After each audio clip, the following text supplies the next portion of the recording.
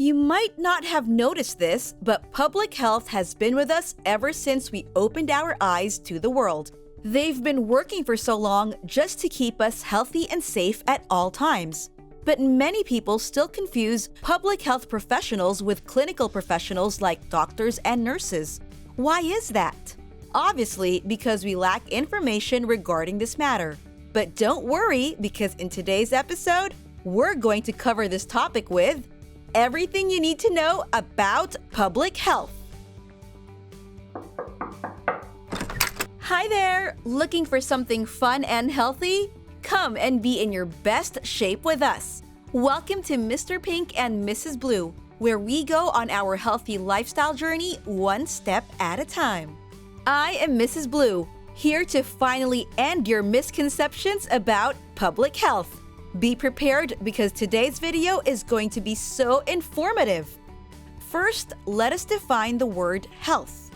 According to the World Health Organization, health is a state of complete physical, mental, and social well-being rather than the mere absence of disease or infirmity.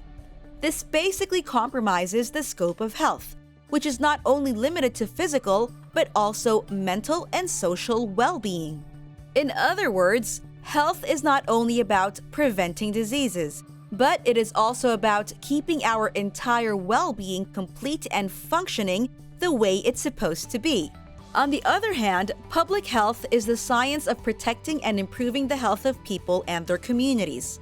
According to the Center for Disease Control or the CDC Foundation, basically, public health is the branch in charge of protecting the people's health with the use of organized efforts of society, such as promoting healthy lifestyles, researching disease and injury prevention, and detecting, preventing, and responding to infectious diseases. It's not only about protecting a small population within a community, but the entire population of human beings living inside and outside Earth, well, for astronauts. So, how different is clinical medicine to public health? Here's a scenario for you. If someone suffered from a heart attack, clinical professionals' immediate action is to treat the patient in need. His focus will be on that particular patient only until he completely recovers from the trauma, while public health professionals do something different. Their approach is going to be holistic, by figuring how and why this person suffered from a heart attack. This way, they'll know how to prevent this kind of incident from happening again to the same person and to other individuals as well. If you take a close look at it, you'll notice that they extremely differ from one another in terms of audience, methods, and goal. Public health professionals seek for the answers to the questions: why did he suffer from a heart attack? Is it because of his environment? Was it a result of poor eating habits or lack of exercise? Was he under the influence of drugs or alcohol by the time he suffered a heart attack? Who was with him at that time? Was it his family or a complete stranger? How is he going to recover? Does he have a support group to help him prevent this from happening again? Was he aware that he has a risk of having heart attacks? If not, why? Is it because of poor access to health services? Why is that so? Is it because of poor social service in the place where he lives? Or he simply can't afford it? Why can't he afford it? Is it because of his job that doesn't pay him well? Why is that so? Is it because of poor education? These are just a few questions that public health professionals seek to answer through vigorous research and studies conducted from a small community up to a whole nation of people. By examining these questions, we can already determine how broad their scope is, from the individual, lifestyle, and behavior to physical, social, and economic environments. Public health professionals basically study all sorts of health determinants to gather data and information that may help them in reaching their goal. And what is that? To promote and protect people's health. Now you're getting it. Great pickup, guys! Enjoying this video so far? Go ahead and click on the subscribe button and notification bell if you want to know more about how to lose weight and stay healthy whenever and wherever you are. Now, the question is, who are public health professionals? all sectors of society, composed of the health departments and coordinated efforts of other stakeholders. Can be in areas of government, private sectors, non-government organizations or NGOs, international organizations, and more. So, how do they work? Public health has core areas and a group of enablers that will make sure that all core areas will be prioritized for the benefit of all. These core areas are protection.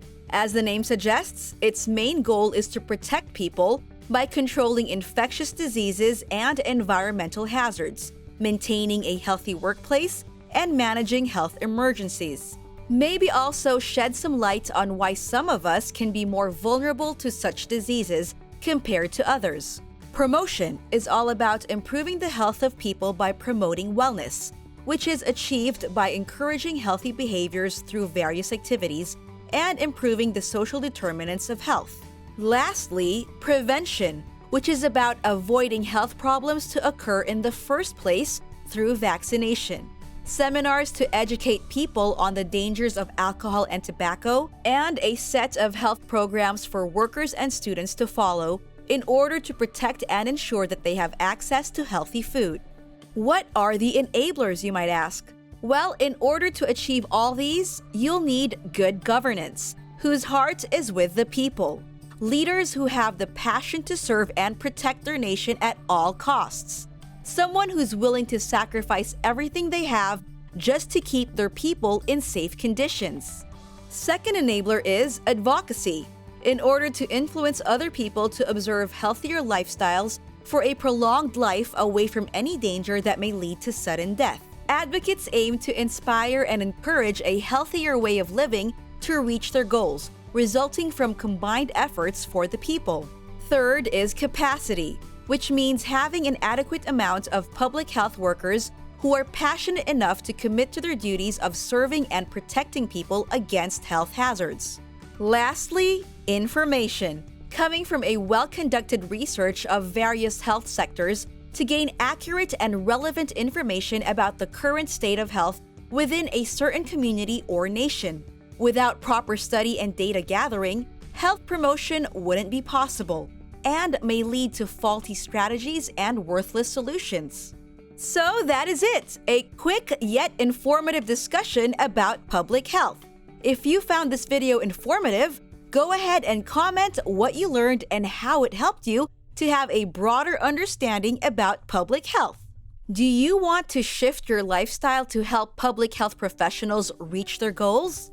Check out our video, Change Your Daily Habits and Burn Calories, and Health and Wellness, How to Detox and Refresh Your Body.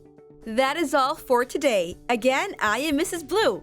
Don't forget, walk on your fitness journey one step at a time.